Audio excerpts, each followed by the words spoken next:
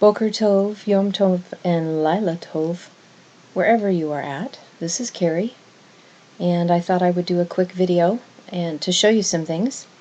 I was listening to a episode of Brian Scott. I really enjoy this gentleman in what he's presenting and how he has helped to assist mankind by the information he provides. And he was doing some readings from the Quo channeling and the Raw channeling sessions regarding Yhwh. I want to let you guys know that where I stand with the entity Yhwh is that there are external narratives and then there are internal narratives. What is written in the languages, whether it be in the English translation or if it is in the actual Hebrew text itself, on the surface level is a story. It's like a history lesson. And there are reasons why some of the things don't really match up to what they say actually occurred in history, especially if you read the Pyramid Code papers. Because it is a highly coded document, there are many I'm tongue-tied. I didn't sleep well last night. I got less than 4 hours of sleep, but I really wanted to get this out to you guys. The interpretations have been incorrect, especially as they're transferred over into English, and sometimes the plain text through the Hebrew may not make a lot of sense. Let me show you one thing that I find very interesting before I break it down a little further for you.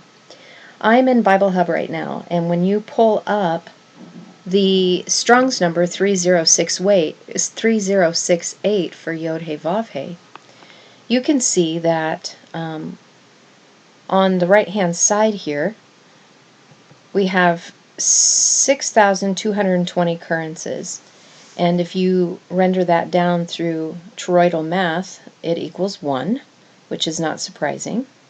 But underneath it, notice that there's 6,218 occurrences of Yhwh, 1 occurrence of Ha, and 1 occurrence of Horus.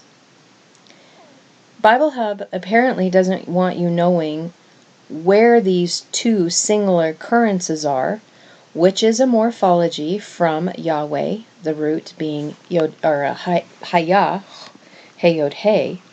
But when you click on Horus, normally the one occurrence would pull up the verse. Well, this just keeps pulling you back to the same page. And so if you try to look for it, you literally, as you're seeing me scroll down, thousands and thousands and thousands of verses. So out of 6,220 occurrences of Yhwh, only 1 would be in the transliteration as Horus. Now I can see why they wouldn't want you to see this, because of Egypt and the all-seeing eye of Horus. They wouldn't want you to connect it to Yhwh. They also don't want you to see this transliteration either. It says that it's Ha. Well, I'll back up. It is showing you that Yhwh was rendered down to just He, and it's connected to, notice, it's Yod-He-Vav-He, but it has a lamed in front of it. Interesting. Through metaology, this is telling us that revelation, or the revealing, of the Luya, those who are the teachers of light of Yod-He-Vav-He.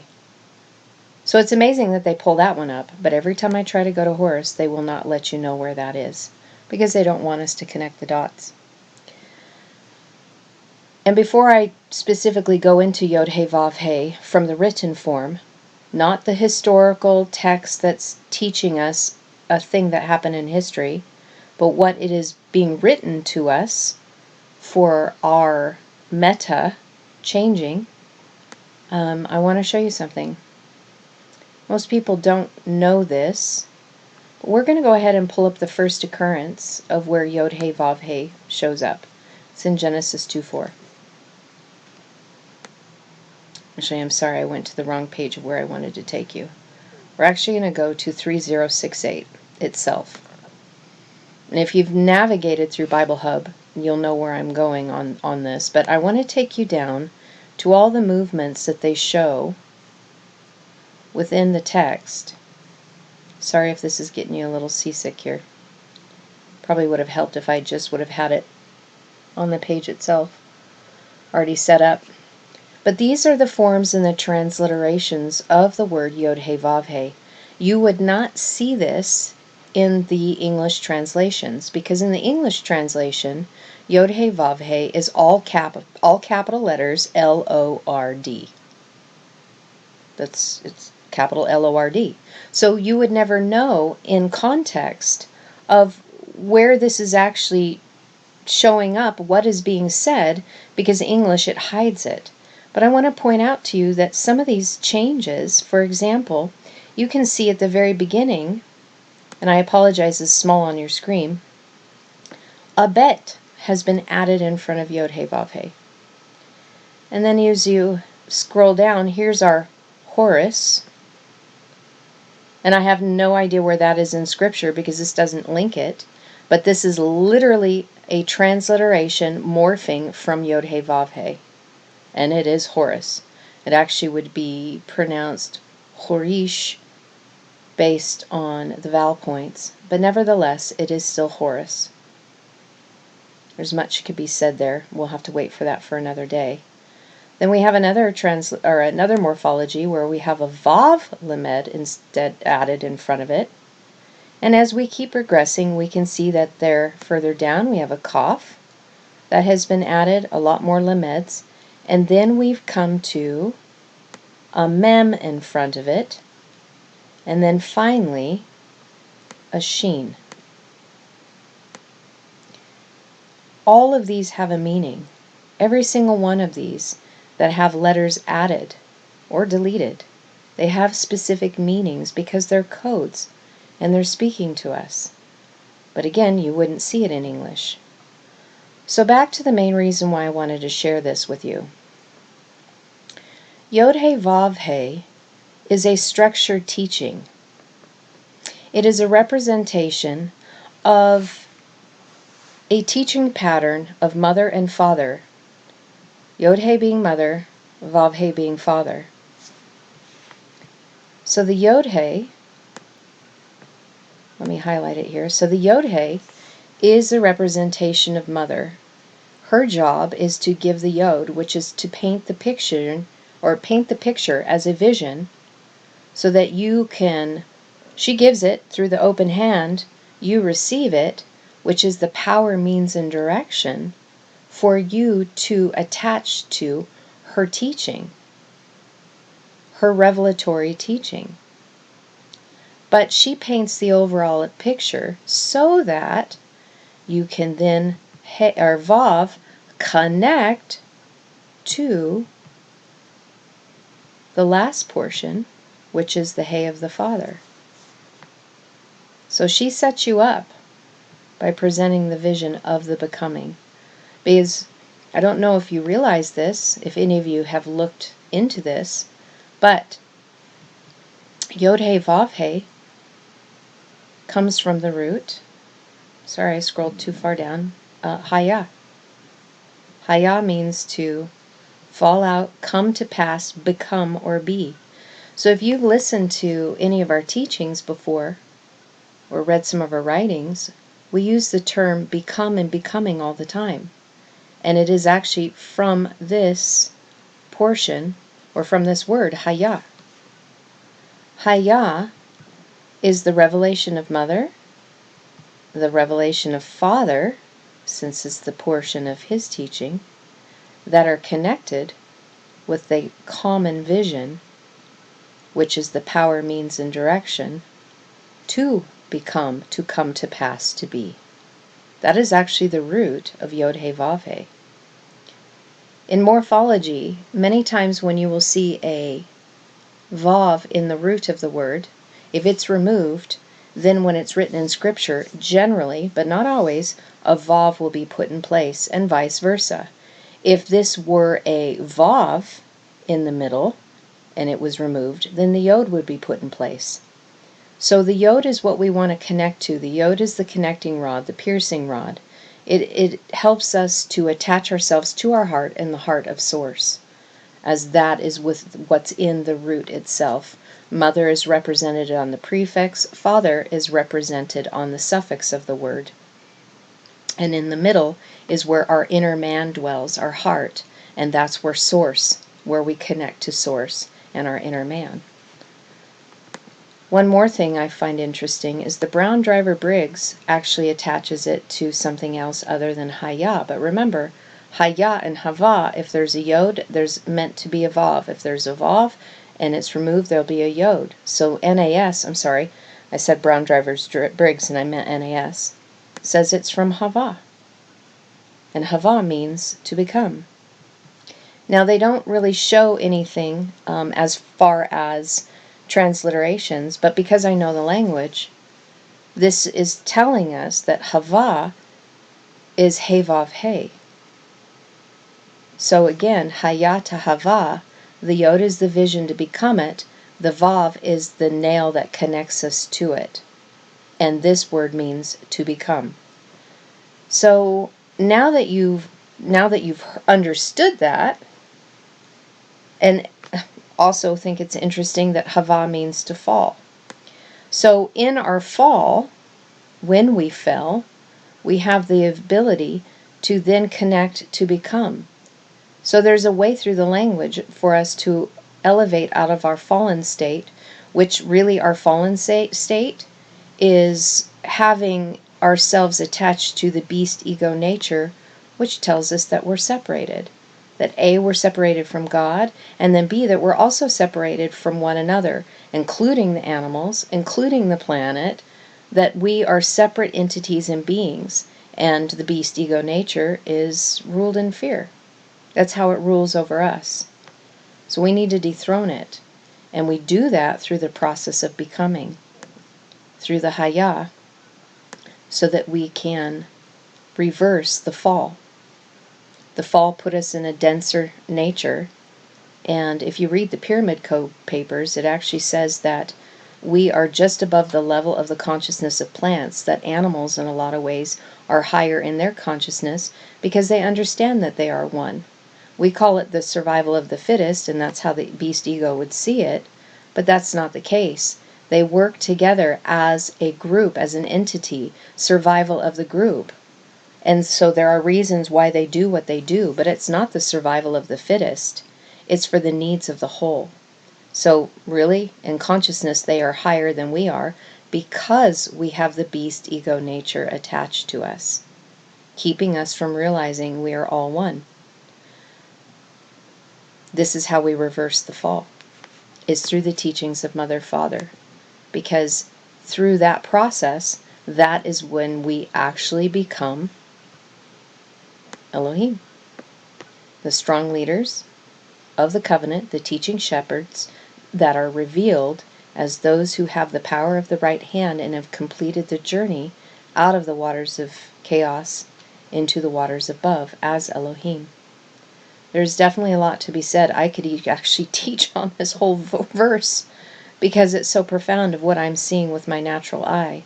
But we'll have to save that for another day. So back to what I was originally saying.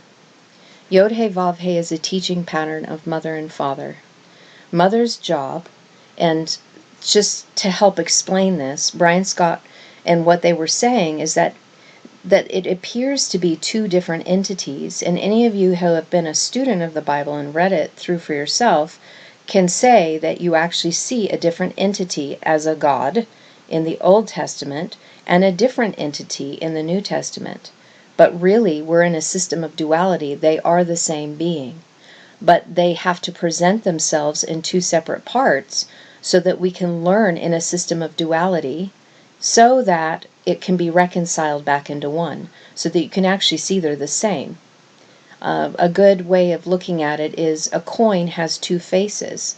a heads and a tails, if you're looking at a penny or any other coin, but it's the same coin. It just has two different faces. Well, it's the same thing with this entity as Yahweh, as a teaching model. So Mother's job, through what we would see her in the Old Testament, is it's her job to tame our beast ego nature. And that's where you get the 10 Commandments. This was a measure of taming the beast ego nature, because you guys can see this in the natural. If you have a child that isn't reared and isn't trained up, that doesn't learn the word no, they become a spoiled, rotten, fill in the blank. They have been not set up to succeed, because the beast runs rampant and they have huge entitlement issues. The same thing can happen with a pet. If you get a dog and you don't instruct a dog, people say, well, you ruined the dog. They could have been a good dog. Again, that's perception. But it's all about taming the beast ego nature within, so that we learn how to function with one another, how to rightly treat one another externally, and rightly be able to approach the Father, giving us the ability to be in humility, which actually means teachable. The proud and the prideful don't want to be taught. Only those that are humble possess the teachable spirit, and that's what Mother's job is. And so it does seem like it's a clamp down and rules and regulations and everything else. But we're also been given a narrative in English, which I can tell you, and my husband can, because we've been looking at these scriptures for 4 years now. The English narrative is not anything remotely close to what is being said in the Hebrew language. They translated it based on what they wanted you to see, and then they said it was the inspired word of God, which the original texts are, but it's really the inspired word of man when it hits any other translation other than the Hebrew one and the Aramaic one. So the New Testament, after Mother has prepared you sufficiently enough, taming the beast nature so that you know how to treat your fellow man, and you know how to rightly present yourself to the Father, you then can enter in His teachings. And what His teachings do, this is why God looks so different in the New Testament, that He's the God of love. They both are. They both are. But one has to deal with the beast ego nature that came in at the time of the fall, so that we can become that which we are intended to become one with the Father, to actually become of the Aleph. So Mother gets us ready. New Testament, Aramaic, Father's teaching.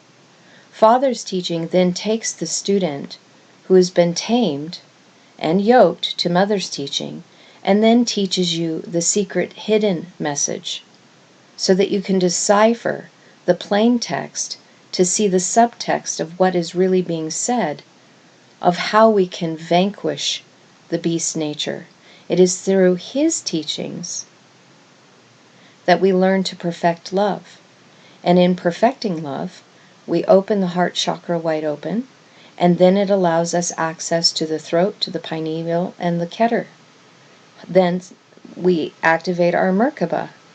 But in that process, we are no longer controlled by fear. We now know that we are all one. And then we can be living in the place of unconditional love. That is the process. That is why it appears to be two different entities. But because we live in the system of duality, it has to be presented that way for our learning. It was intentional. It is Mother and Father. They bring us and unite us within our divine feminine and our divine masculine. Only one more point. Mother teaches the way of the divine masculine, very linear. Father teaches the way of the divine feminine, very spiral. Again, we have you can relate it in nature to the golden mean and the Fibonacci sequence as how creation came to be. So Mother is very linear, A to B to C to D, and Father fills it up with spirit. So one could be the literal letter of the law, the other one is the spirit of the law.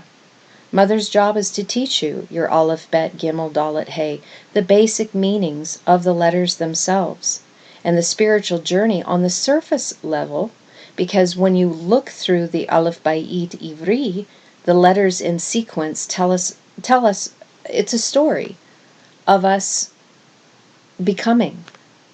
To go through her 22 matriarchal letters so that we can be marked with her sine wave signature frequency at the end, the Aleph, the beginning, to the Tav, the end, and have her frequency. And as soon as we elevate to that position, then it automatically allows us to see the Father's teaching as we are taught through the foundation of Mother. Then you can see the cipher. Then you can decode the highly encoded scriptures and see that it is the whole process of us becoming Yhwh through Yod-He, Vav-He. And then you will understand why a lamed was added in front, or a mem, or a kaf, or a sheen, or why it even translates as Horus, the all-seeing eye, the illuminated pyramid, versus those who are of the pyramid who say they are illuminated, but they are actually of the dark side. This is the balance to the equation. We are literally building ourselves as pyramids of the true light, full illumination, through the teaching principle of Yod-He, Mother, Vav-He, Father, so that we can overstand the world as we understand the Source until we become one with Source. I'm hoping that made sense. If not, please make comments below, ask questions, and I will do as best I can to provide answers for you as we are all learning together. Thank you for your time, your attention. May you be blessed in love and light, and shalom.